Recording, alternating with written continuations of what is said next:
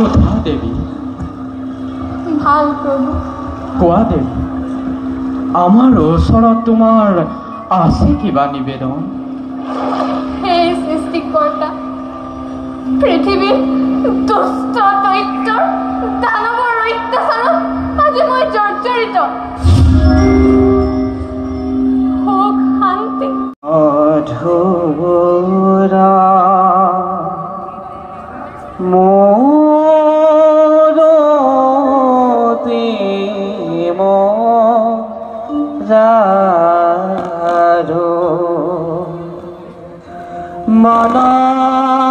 দেখা হৃদয়ে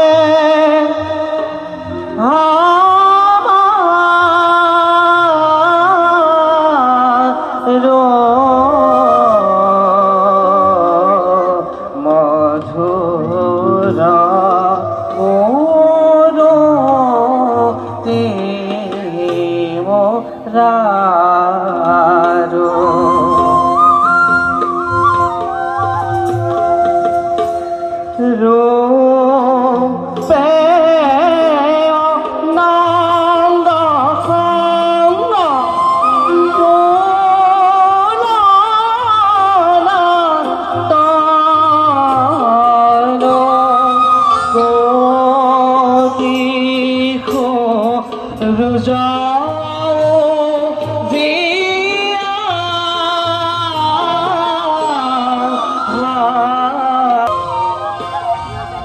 নারায়ণ নারায়ণ নারায়ণ। আজি আমার পরম সৌভাগ্য, লক্ষ্মী সহিতে স্বয়ং নারায়ণক লভিলো দর্শন। হে প্রভু কমলাপতি, এনেকে নাৰদৰ সেৱা কৰিব গ্ৰহণ। কওকচোন প্ৰভু, আজি নেকি নাৰদৰ বাৰু কিবা হেতু ফল প্ৰয়োজন? শুনা দেৱৰী প্ৰভু, সৃষ্টি ৰচনাৰ হেতু সৰজিলো ব্ৰহ্মা, সৃষ্টি নাখিবৰ হেতু তিলোচনক মই কৰিছো প্ৰদান। নাৰায়ণ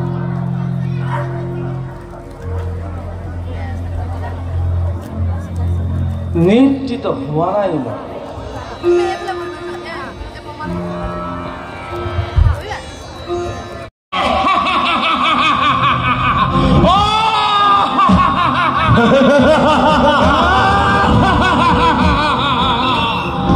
আজি কালকে যিহকে বিচাৰিছে তাকেই পাইছে।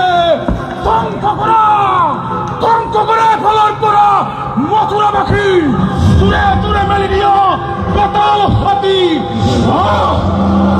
ময়ো চাৰি ভালদৰে কেনেকৈ দৈত্যকী অস্তান সন্তানে সংসাৰ তৰিব পাৰে।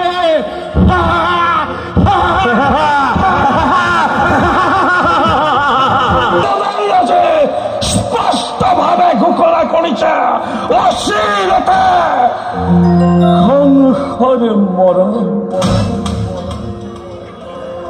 হিয়া ভৰা আনন্দ যি কৰিলো প্ৰদান, তাৰে আজি উচিত প্ৰতিদান। অশ্লীলতা সংসাৰ মৰণ। বেশ কথা সেয়ে হব, নহব অন্যথা। কিন্তু সংসাৰ মৰণ জানো ইমান সহজ?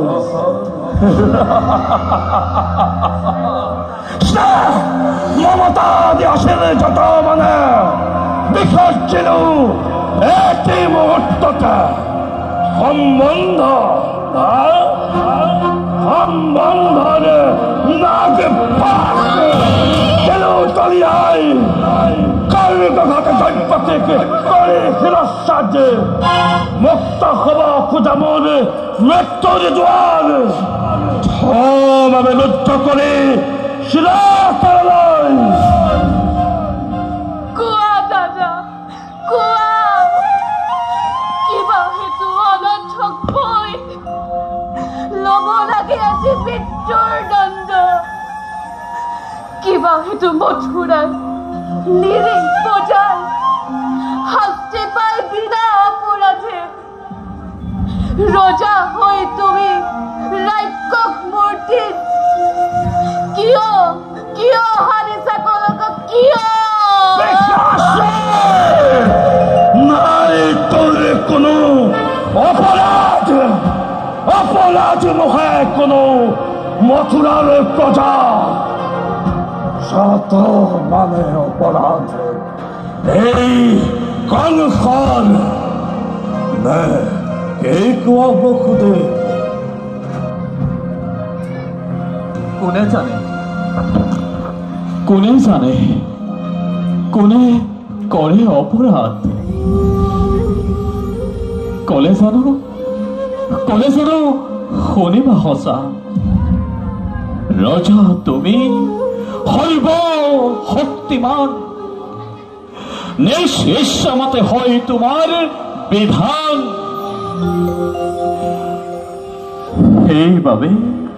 সেইবাবে তোমাৰ শিৰে আজি সেই মাতৃ লম্ভিছে হত্যা কৰি ভগ্নীক তোমাৰ নিজৰ মৰণ তুমি ৰুধিব খুজিছা ৰাজন নিজৰ মৰণ তুমি ৰুধিব খুজিছা পৰিহাস নালাগে কৰিব বসুদেৱ বিলম্বই মেলাই বিঘিন তোমাৰ কথাই সঁচা ৰজামই যেনে ইচ্ছা তেনেই বিধান প্ৰথমতে দৈব্যকে কৰিম সংহাৰ তাৰ পিছত চাম দৈব্যকীৰ গৰ্ভজাত অষ্টম সন্তানে কিবা দৰে কৰিব পাৰে এই কংসক নিধন সাজুহা দৈব্যকী তাই মৃত্যুৰ নিমিত্ত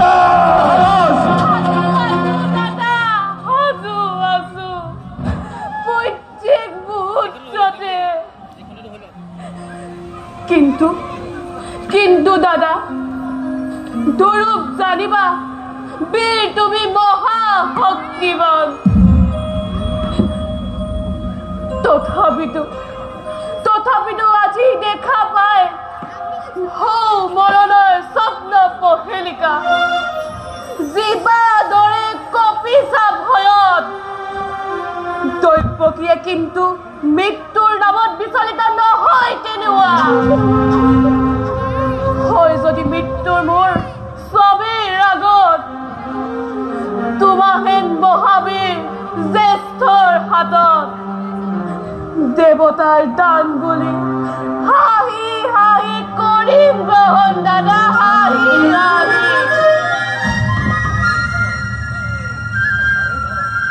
আৰু তাৰেই ভয়ত এই মূৰ্খ কংসই সাপ পুহি গাখীৰ খুৱাই বীৰ বুলি পৰিচিত হব জগতত এইয়ে তোমাৰ যুক্তি কংস মোৰ তুমি বসুদেৱ সঁচা কথা মহাৰাজ হেনে কাৰ্য অতি অশুভ তাৰো আছে এক সহজ উপায় মহাৰাজ তাৰো আছে এক সহজ উপায়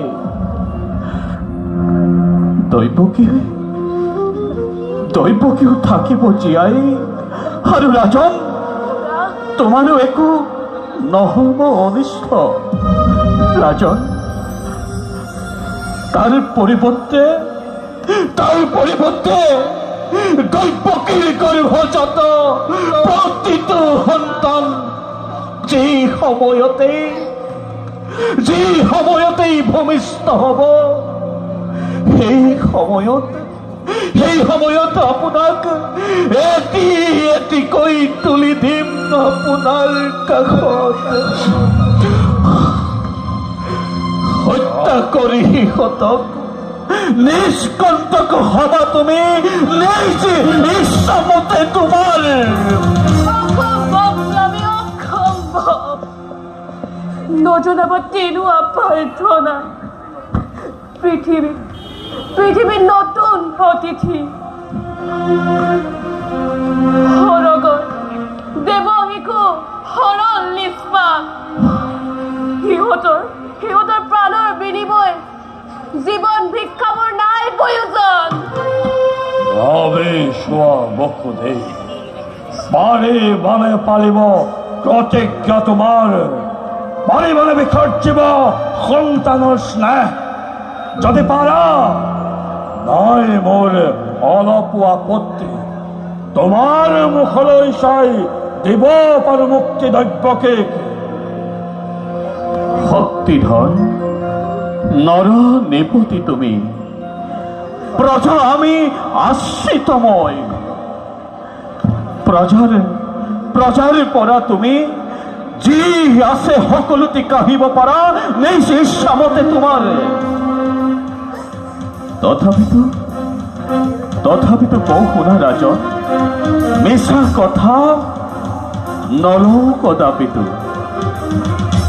প্ৰাণন্তেও প্ৰতিজ্ঞা পালিম মই, চন্দ্ৰ সূৰ্য আকাশ বতাহকো সাক্ষী কৰি অৰ্ধাংগিনীৰ পুনৰবাৰ কৰিছো তপস্যা। প্ৰাণন্তেও বসুদেৱে পালিব প্ৰতিজ্ঞা।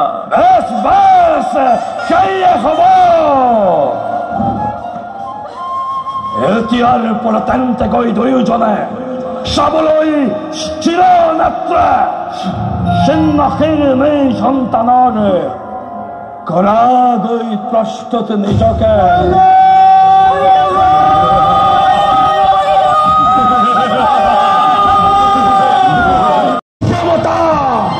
আৰু কাংক্ষৰ পৰাক্ৰম কিমান।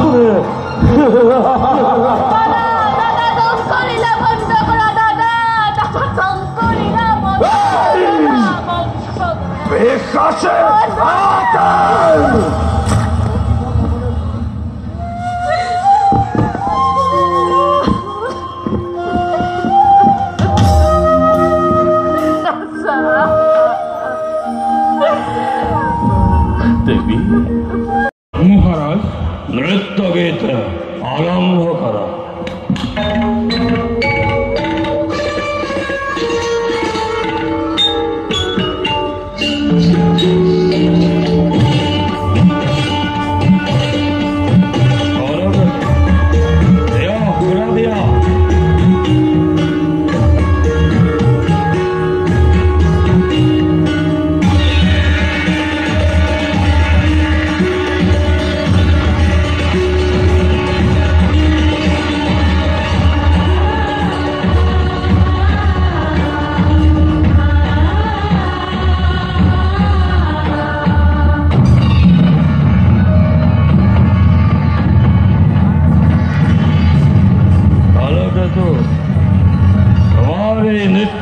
আয়োজন সঁচাকৈ অতি উপাদেয় হৈছে।